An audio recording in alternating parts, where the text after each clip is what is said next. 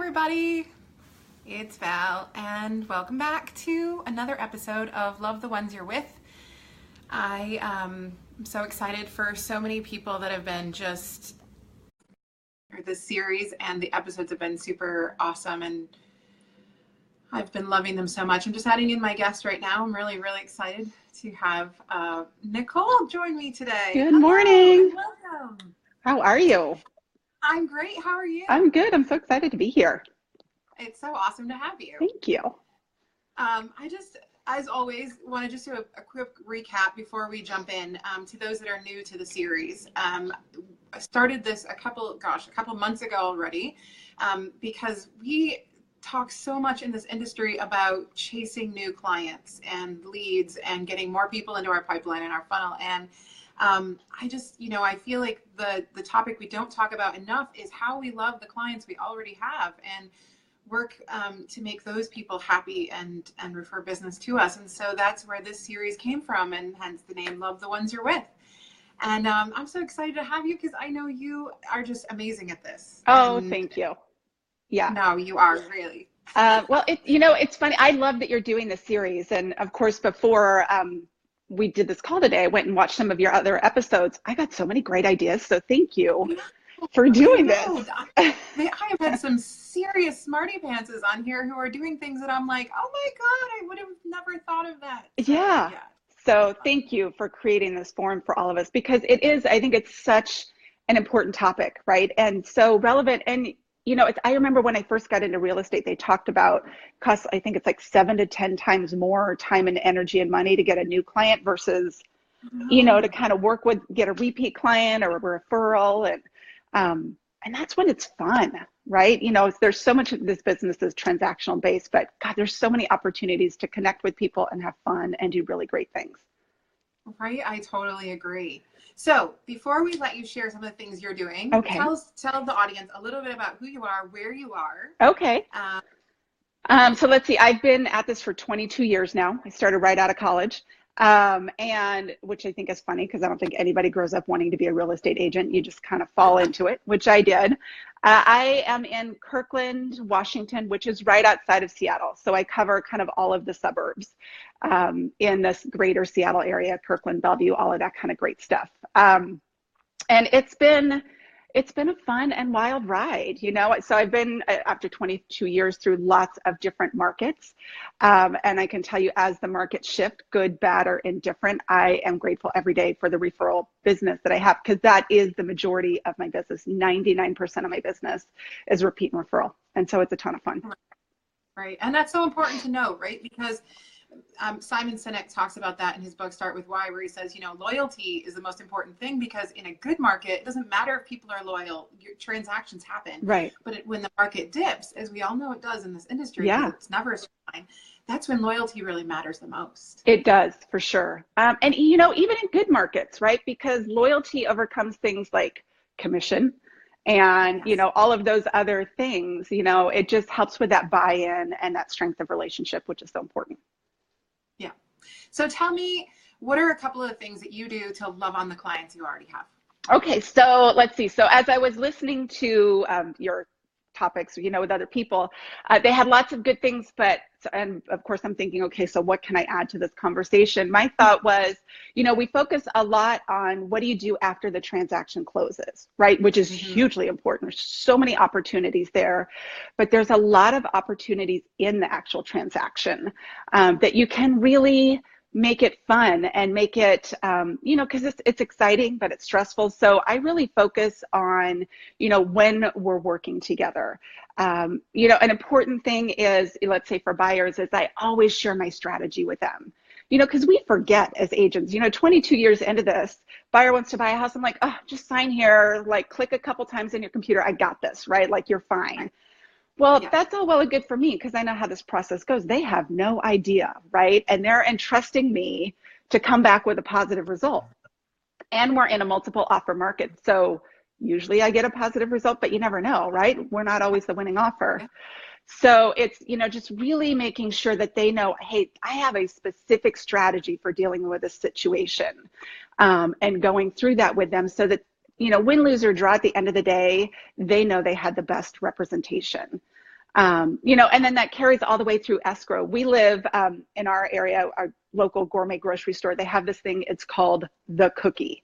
And it's like this, they have this little cult following. If you like chocolate chip cookies, you're going to love the cookie. But it's, you know, it's got gluten and dairy and nuts and, you know, all of that stuff in there. But if you're into it, it's pretty good and they're huge.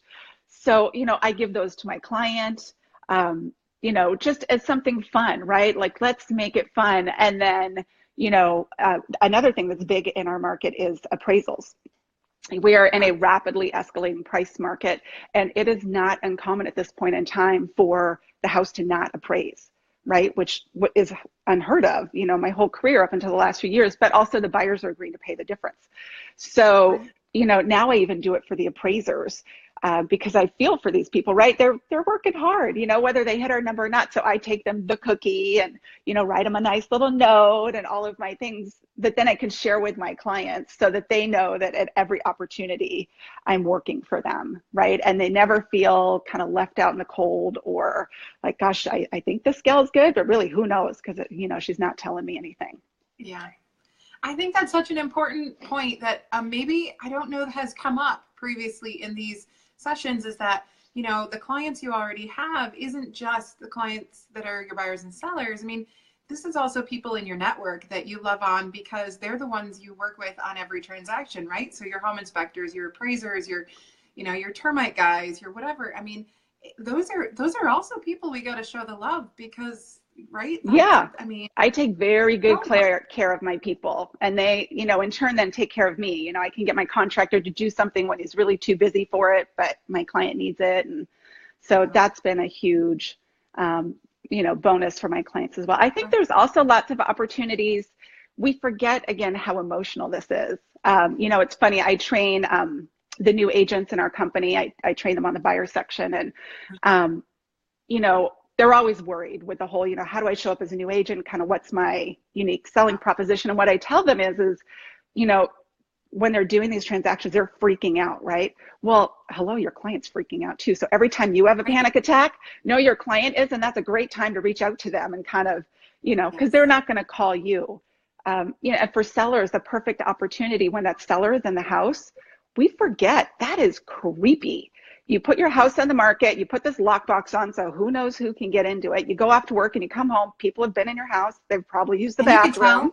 You can tell they've been in your house. Yes, they've gone through your cupboards, right? So we talk about that. We have the, you know, what do you do? One of my clients was so funny. She said, I know I'm checking under the bed. She goes, I'm checking behind the shower curtains, all kinds of, so there's just really good opportunities to bring it down to the, you know, the human element versus the transactional element and bond with people.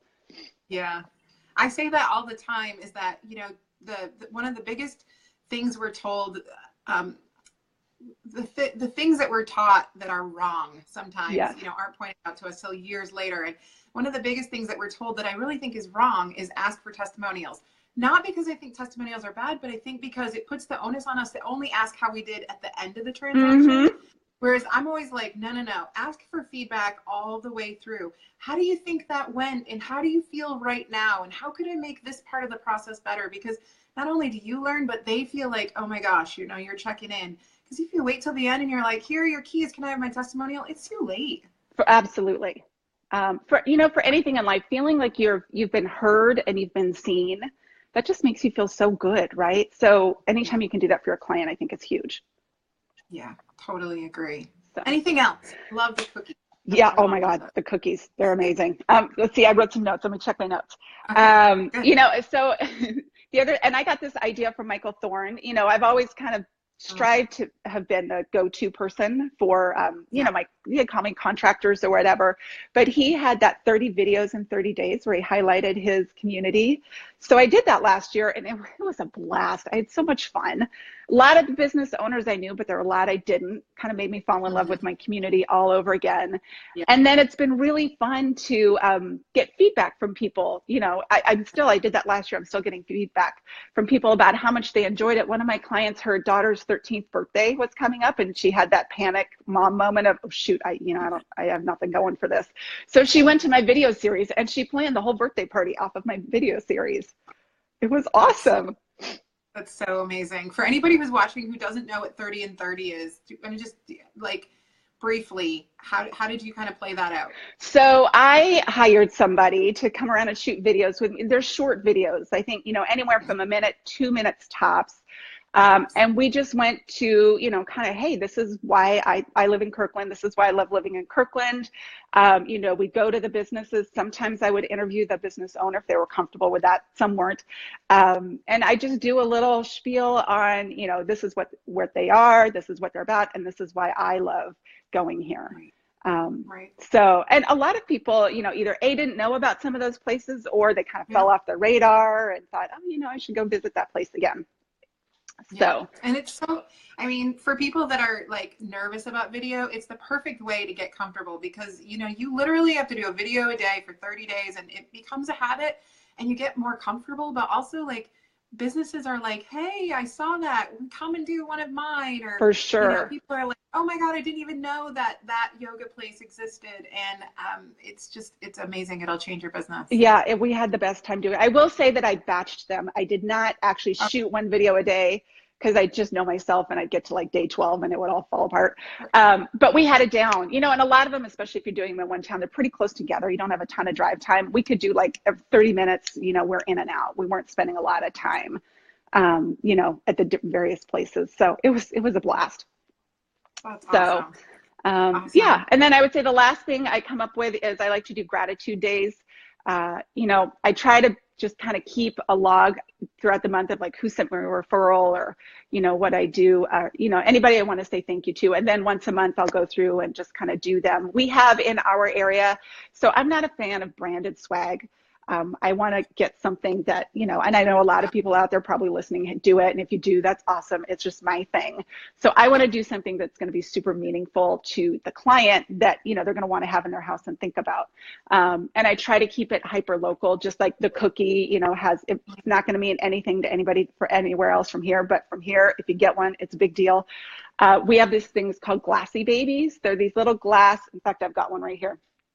They're these little glass candle holders, right? But they've got a cool story. It's a gal, when she was going through her cancer therapy, she started this.